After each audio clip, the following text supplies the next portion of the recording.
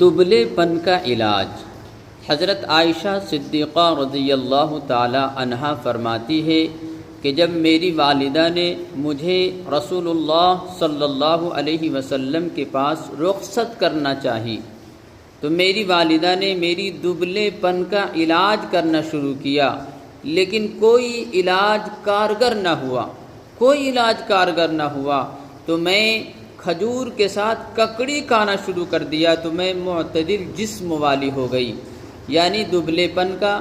جو علاج تھا وہ مکمل ہو گیا اور دبلا پن ختم ہو گیا ہے۔ آج سارے لوگ پریشان ہیں کہ ہم تھوڑے سے موٹے ہو جائیں، معتدل جسم والے ہو جائیں، دبلے پن دور ہو جائے، کمزوری دور ہو جائے، تو آئیے رسول اللہ صلی اللہ علیہ وسلم کی حدیث پر عمل کریے، اماں عائشہ کی باتوں کو مانیے کہ کھجور کے ساتھ ککڑی کا استعمال کیجیے، انشاءاللہ آپ کے دبلے پن کا خاتمہ ہو جائے گا اور آپ معتدل جسم والے ہو جائیں گے۔ اللہ عمل کی توفیق عطا فرمائے۔